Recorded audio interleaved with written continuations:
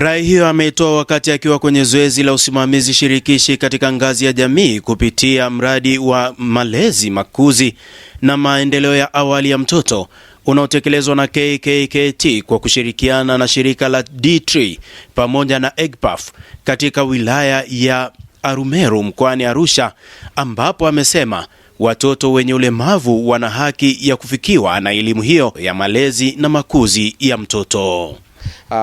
Focus kubwa iko kwa watoto chini ya umri wa miaka 5, lakini pia namna baba na mama ambao wanaweza wakashirikiana na mtoto kutambua mahitaji ya mtoto mapema. Lakini pia tumeweza kuona hata watoto wenye ulemavu ambao na wenyewe wana haki ya kufikiwa na elimu ya malezi, lakini pia kufikiwa na huduma hizi za malezi.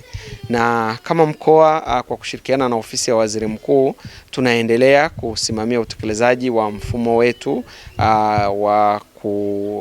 mfumo wa kusimamia taarifa mbalimbali za watu wenye ulemavu wakiwemo watoto. Kwa hiyo pia kupitia zoezi hili tumeweza kutoa elimu, lakini pia kueleza maafisa kuhakikisha watoto wote wenye ulemavu ambao wapo kwenye programu ya malezi kupitia mfumo ule wa UCS, basi pia tunaweza kuwaona kwenye mfumo wetu huu wa PDMIS, na mwisho wa siku waweze kupata huduma mbalimbali ambazo serikali imeendelea kuzitoa kwa watu wenye ulemavu. Mratibu wa mradi wa malezi KKKT Ezekiel Masawe amesema msisitizo mkubwa umewekwa katika kuwahudumia watoto wenye ulemavu, huku afisa ustawi wa jamii halmashauri ya wilaya Meru Restituta Mvungi na mtoa huduma wa afya ngazi ya jamii Grace Matem wakieleza ushirikiano uliopo na namna jamii inavyoipokea elimu hiyo. Watoto wamekuwa karibu sana na wazazi wao, na hasa tumeona pia mwitikio mkubwa wa wazazi wa kiume kwa kweli kujihusisha na malezi ya watoto wao tofauti na ilivyokuwa awali kabla hatujaingia. Na unaweza kuona utofauti wa familia ambayo ina watoto ambao tumewahudumia na kuwapa elimu ya malezi na familia ambayo haijapata hiyo huduma, au watoto ambao hawajapata hiyo huduma ya malezi na makuzi. Hizo zinapokuwa na utofauti. Na tunawasisitizia wanaotoa huduma kwamba wasije wakamwacha mtoto kwa sababu ni mlemavu, kwa sababu naye anastahili kupata elimu ya malezi na makuzi. Kwa hiyo tumewapa kama kuwakumbushia kwamba wanapokwenda kwenye jamii wahakikishe kwamba wanawatafuta watoto ambao ni walemavu na kuwapa huduma ya malezi na makuzi. Tunaingia mpaka kwenye kaya, tunashirikisha na jamii na wanafamilia waone umuhimu wa kucheza na mtoto, kuongea naye maneno sahihi, kuongea naye maneno yenye maadili. Wanafamilia wamfundishe mtoto kusema hata asante, ndio, shikamoo, ajue kusalimia, apate upendo. Tunaamini kabisa mama mjamzito akicheka na yule mtoto kule tumboni anacheka. Mama mjamzito akinuna na yule mtoto ananuna. Wazazi wanajua kuna faida kama mzazi atakuwa ana mahusiano na mtoto wake tangu akiwa tumboni. Mtoto yule anaanza kumtambua mzazi. Kama ni baba, mtoto anaanza kujua sauti ya baba tangu akiwa tumboni. Kwa hiyo anapozaliwa anakuwa tayari anafahamu huyu ni baba yangu, anakuwa na mahusiano mazuri naye. Pia tunapata faida nyingine ambayo wazazi wanapata wakicheza na watoto wao.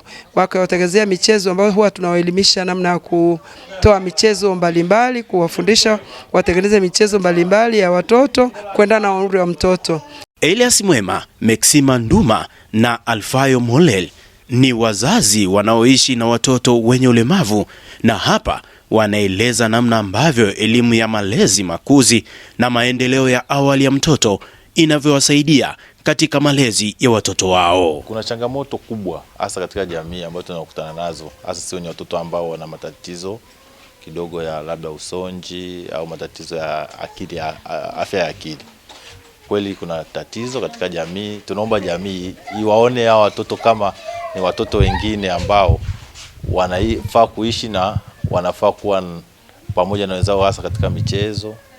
Na tunaomba pia serikali iwasaidie hasa katika elimu, kuongeza shule za hao watoto ili watusaidie sisi wazazi katika jukumu jingine kuendelea kutafuta kipato. Arnold huwa pia na changamoto kidogo ya viungo, lakini kutokana na elimu hii ambayo tunapewa inatusaidia, maana tumeanza muda kidogo. Kwa hiyo tunavyoendelea na mazoezi ya mwili na viungo tunaona anaendelea vizuri, na pia tunafundishwa lishe bora kwa ajili ya kuimarisha viungo vyake.